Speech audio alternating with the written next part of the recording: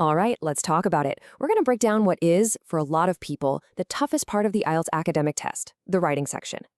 You know, if you're aiming for a high score, that writing section can feel like this massive wall, right? Standing right between you and that university spot or the professional registration you've been working for. But here's the thing. It's not about some kind of magic trick. It's all about having the right strategy. And the good news, with that right approach, you can actually turn this challenge into a huge opportunity to show off what you can do. So, okay, let's get into it. Okay, first things first, you've got to understand the battlefield, right? This 60-minute writing challenge is split into two completely different parts, and they don't even have the same amount of time. So think about it. You have to be two different people in 1 hour. First, you're a data detective for 20 minutes, just reporting the facts from a chart or a map. Then, boom, you switch hats. For the next 40 minutes, you're an argument architect, building this solid, persuasive essay. It's a real mental switch. So let's zoom in on task 1, that data detective part. This is where they hand you a visual, a graph, a chart, something, and your job is to make sense of it. And remember, the clock is ticking. You've only got about 20 minutes for this whole thing.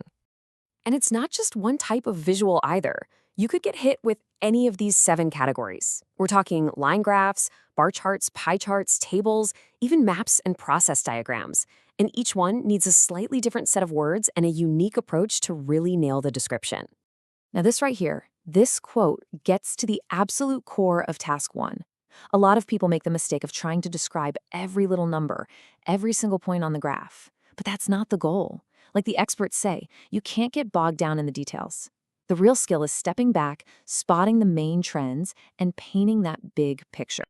So here's your game plan for task 1, a simple 3-step process. First, just look at the visual. Really understand what it's showing you. Second, pinpoint the most important stuff. Maybe 2 or 3 main trends, the highest peak, or a big change. Then third, you write your overview, summarizing just those key features. That overview is everything.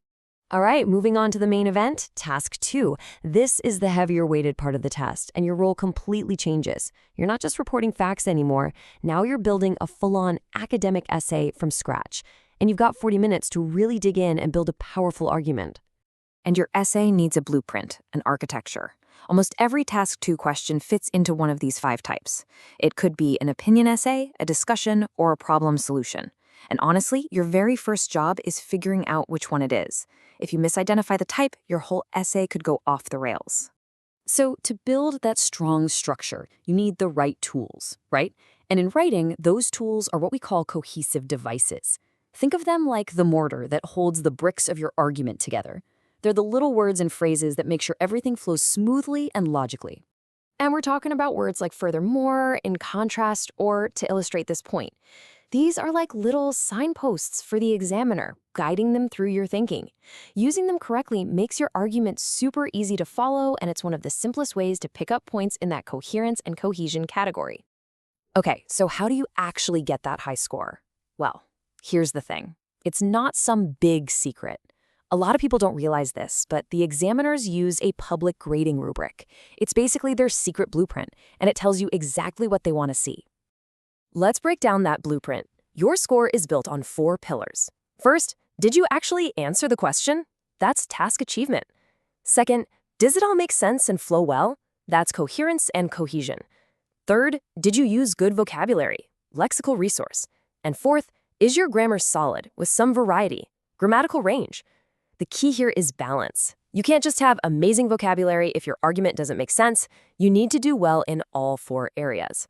And it's when you nail all 4 of those pillars that your score starts climbing up into that band 7, 8, or 9 territory. And let's be honest, that's the goal for most of us who need this for university or work, right? So, look, understanding all this stuff is half the battle, but just knowing it isn't enough. The other half is actually turning that knowledge into a skill you can pull off under pressure, and that comes down to practice. Here's how you can do it effectively.